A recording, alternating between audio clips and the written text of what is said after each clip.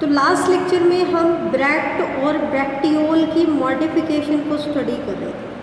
किसको स्टडी कर रहे थे? ब्रैक्ट और ब्रैक्टियोल की मॉडिफिकेशन को स्टडी कर रहे थे। तो उसमें हमने देखा था तीन चीज़ें हम पढ़ रहे थे, ग्लूम, लैमा और पैली। मैंने क्या कहा था, सबसे बेस पे तो स्केली ग्लूम होते हैं, उसके ऊपर आपको क्या देखने को मिलेंगे, उसके ऊपर आपको देखने को मिलेंगे लैमा, और लैमा के अंदर फिट हो जाता है बेटा आपका कौन सा पार्ट? पहले पार्ट। कौन सा पार्ट फिक्स हो जाता है? पहले। इसी को हमने डायग्रामेटिकली रिप्रेजेंट करना था, तो वो डायग्राम मैं आपको दिखा देती हूँ। पहले को और लैमा को, ग्लूम स्केली ब्रैक्ट होते हैं जो बिल्कुल बेस पे प्रेजेंट होते हैं, उससे ऊपर लैमा होते हैं, और लैमा के अंदर फिट क्या होता है बेटा? पहले पार्ट। नेक्स्ट पार्ट में दो मॉडिफिकेशन और हमारी बची है, एक है इनवॉल्यूकर और एक होता है क्यूप्यूल। अब इन दोनों में क्या होता है बेटा, वो मैं आपको बताने वाली हूँ। सबसे पहले हम बात करते हैं इनवॉल्यूकर की। तो इनवॉल्यूकर में क्या होता है? इनवॉल्यूकर का मतलब क्या होता है? ब्रैक्ट का पूरा क्लस्टर होता है। ब्रैक्ट का क्या होता है? पूरा क्लस्टर होता है जो इन्फ्लोरेसेंस के बेस पे प्रेजेंट होता है। इनवॉल्यूकर किन में बनता है? जिनके अंदर कैपिचुलम इन्फ्लोरेसेंस होती है। इसमें क्या होता है? पूरा का पूरा एक होल होता है ग्रीन कलर के सेपल के जैसे दिखने वाले ब्रैक्ट का, जो कि इन्फ्लोरेसेंस के बेस पे प्रेजेंट होता है। ये मैं आपको डायग्रामेटिकली भी दिखा दूंगी। दूसरा क्या होता है? क्यूप्यूल। क्यूप्यूल कैसे होते हैं? इकलौता ऐसा मॉडिफिकेशन है जो कि हार्ड होता है और वुडी होता है। या तो ये ब्रैक्ट की मॉडिफिकेशन हो सकता है या ब्रैक्टियोल की, और फ्लावर के बेस पे प्रेजेंट होता है। जब फ्रूट मैच्योर होता है ना बेटा, जैसे फ्लावर से क्या बन गया? फ्रूट बन गया। फर्टिलाइज्ड ओवरी को हम क्या कहते हैं? फ्रूट। तो जब फ्रूट मैच्योर हो जाएगा तो यही ब्रैक्ट आपस में फ्यूज हो जाएंगे, और फ्यूज हो करके एक कप शेप्ड स्ट्रक्चर बना लेंगे। क्या बना लेंगे? Cup shaped structure. और उस कप शेप्ड स्ट्रक्चर को ही क्या कहा जाता है? क्यूप्यूल। क्यूप्यूल वर्ड उसी से आता है, ठीक है। इनवॉल्यूकर तो हमें देखने को मिलेगा कोरिएंडर में, जो एम्बेलिफेरे फैमिली के मेंबर्स होते हैं। एक फैमिली होती है एम्बेलिफेरे। इनका फंक्शन क्या होता है बेटा? इसका फंक्शन होता है यंग इन्फ्लोरेसेंस को प्रोटेक्ट करना, क्योंकि उसके चारों तरफ पूरा का पूरा होल बनाता है, ठीक है। और क्यूप्यूल हमें देखने को मिलेगा ऑक में और हैजल नट के अंदर। किसके अंदर? हैजल नट के अंदर। अब मैं इन्हीं को डायग्रामेटिकली दिखा देती हूँ। तो ये है आपका पूरा का पूरा इन्फ्लोरेसेंस का पार्ट, जो कैपिचुलम इन्फ्लोरेसेंस है। और कैपिचुलम इन्फ्लोरेसेंस के बेस पे आपको पूरा का पूरा एक होल दिखाई देता है। वो किसका होता है? इनवॉल्यूकर का होता है। किसका होता है? इनवॉल्यूकर। तो इनवॉल्यूकर भी क्या होते हैं? इन्हीं की मॉडिफिकेशन होते हैं जो पूरी इन्फ्लोरेसेंस को सर्कल करेंगे नीचे से। ये कैपिचुलम इन्फ्लोरेसेंस है। ये ऑक के केस में मैंने आपको दिखाया है। इसके अंदर ये है क्यूप्यूल। ये इनके ब्रैक्ट के फ्यूजन से बन जाता है जब इनका फ्रूट क्या हो जाता है बेटा? मैच्योर हो जाता है। वुडी होता है, हार्ड होता है। कैसा होता है? Woody and hard. तो ये तो हमने various modification of bract and ब्रैक्टियोल कर ली। अब इसी में एक मॉडिफिकेशन आती है नेक्टर ग्लैंड। नेक्टर ग्लैंड भी एक्चुअल में क्या होता है? पैरेन्काइमेटस टिश्यू होता है। अब इनकी लोकेशन कैसी होती है? ये फ्लावर की ही मॉडिफिकेशन है। या तो हम कहते हैं फ्लोरल नेक्टेरिस या एक्स्ट्रा फ्लोरल नेक्टेरिस। फ्लोरल नेक्टेरिस हमें मिलेंगे फ्लावर के अंदर, ठीक है। और एक्स्ट्रा फ्लोरल नेक्टेरिस हमें कहाँ मिलेंगे? फ्लावर को छोड़ करके किसी और अदर पोर्शन में आपके नेक्टर ग्लैंड मिलेंगे, ठीक है। अब फ्लोरल नेक्टेरिस में दो कंडीशन है, या तो कार्पल के बेस पे प्रेजेंट हो, वो तो कंडीशन हमें देखने को मिलेगी सिट्रस प्लांट में, रुटेसी फैमिली के जो मेंबर्स हैं, या फिर बेस ऑफ स्टेमन। दो है, या तो कार्पल के बेस पे मिलेगा या फिर स्टेमन के बेस पे मिलेगा। कार्पल के बेस पे हमें देखने को मिलता है सिट्रस में, उनकी फैमिली है रुटेसी फैमिली, और स्टेमन के बेस पे हमें देखने को मिलता है मस्टर्ड में, ब्रासिकेसी फैमिली में। और एक्स्ट्रा फ्लोरल नेक्टरीज हमें देखने को मिलती हैं यंग लीव्स के बेस पे, यंग लीफ बेस, जैसे कि हमें ब्रैकन फॉर्न के केस में देखने को मिलेगा। तो ये तो था कुछ एडिशनल पार्ट। अब हम एनसीईआरटी के पार्ट की तरफ आ जाते हैं, जो कि इम्पॉर्टेंट पार्ट है, फ्लोरल फॉर्मूला और डायग्राम में पूछा जाता है। क्या हमें वेरियस टाइप्स ऑफ फ्लावर बताना है। क्या बताना है? Various types of flower. Flower को हम कई तरीके से डिवाइड करते हैं। जैसे पहला क्राइटेरिया क्या है, ये बेसिक टर्मिनोलॉजी है, बहुत सिंपल है लेकिन इम्पॉर्टेंट है। एक तो हम कहते हैं कंप्लीट फ्लावर या इनकम्प्लीट फ्लावर। कंप्लीट फ्लावर किसे कहेंगे बेटा? जिस फ्लावर के अंदर ऑल द फ्लोरल ऑर्गन्स होंगे, जितने भी फ्लावर में फ्लोरल ऑर्गन्स हैं वो सारे के सारे हैं, मतलब सेपल भी है, पेटल भी है, स्टेमन भी है और कार्पल भी है। ऐसे फ्लावर को हम क्या कहेंगे? कंप्लीट फ्लावर कहेंगे। क्या कहेंगे बेटा? कंप्लीट। इनकम्प्लीट फ्लावर मतलब जिसमें वन और मोर, कोई एक या एक से ज़्यादा फ्लोरल ऑर्गन्स जो होंगे दे आर एब्सेंट।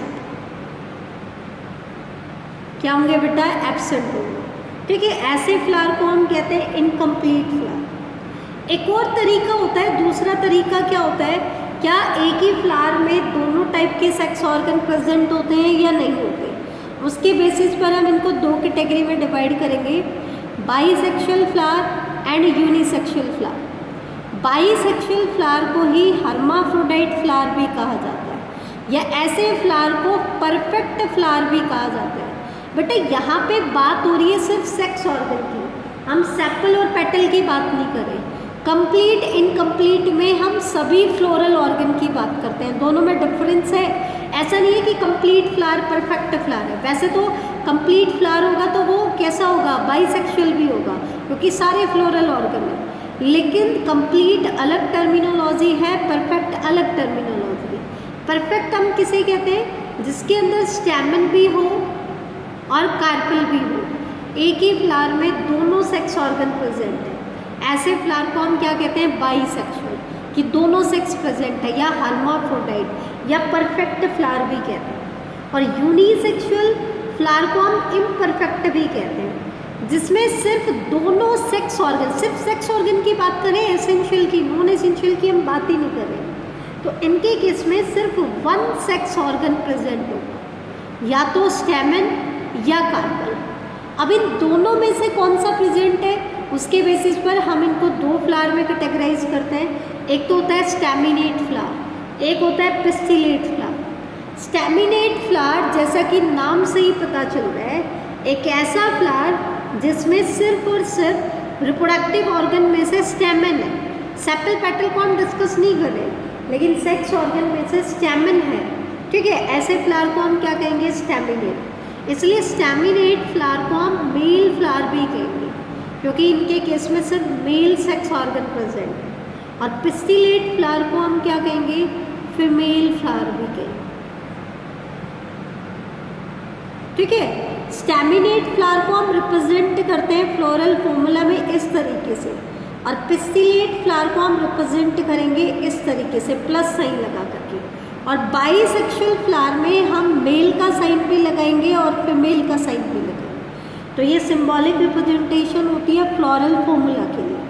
तो बाईसेक्सुअल या यूनिसेक्सुअल, ये वर्ड तो हमने किसके लिए यूज़ किए? फ्लावर के लिए। अब कई बार क्या होता है कि कुछ टर्म्स जो होते हैं वो सिर्फ प्लांट के लिए यूज़ होते हैं, वो टर्म फ्लावर के लिए हम कभी यूज़ नहीं करते। जैसे कि वर्ड आता है मोनोशियस एंड डाइओशियस। मोनोशियस या डाइओशियस वर्ड सिर्फ और सिर्फ प्लांट के लिए यूज़ किए जाते हैं, ये फ्लावर के लिए कभी भी यूज नहीं किए जाते। जैसे कि मोनोशियस प्लांट हम किसे कहेंगे? एक ऐसा प्लांट जिसमें दोनों के दोनों सेक्स ऑर्गन प्रेजेंट है, मतलब both sex organs are present, both sex organs are present in the same plant, एक ही प्लांट में। हम ये नहीं कह रहे कि फ्लावर कैसे है, फ्लावर यूनिसेक्सुअल भी हो सकते हैं, बाईसेक्सुअल भी, लेकिन एक प्लांट में दोनों सेक्स ऑर्गन प्रेजेंट हो। डाइओशियस का मतलब होता है एक प्लांट में, पूरे प्लांट की बात कर रहे हैं, सिर्फ एक ही सेक्स ऑर्गन प्रेजेंट। अब एक प्लांट में सिर्फ एक ही सेक्स ऑर्गन प्रेजेंट है तो फ्लावर सिर्फ और सिर्फ कैसे होंगे, यूनिसेक्सुअल होंगे। बाइसेक्सुअल हो ही नहीं सकते, क्योंकि बाइसेक्सुअल होते ही प्लांट आपका कैसा हो जाएगा, मोनोशियस हो जाएगा। ठीक है, तो मोनोशियस प्लांट के केस में हमारे पास फ्लावर बाइसेक्सुअल भी हो सकता है, यूनिसेक्सुअल भी। कैसे, या तो फ्लावर ऐसा हो जिसमें आपका स्टेमन भी हो और आपका पिस्टिल भी हो। क्या हो, पिस्टिल भी।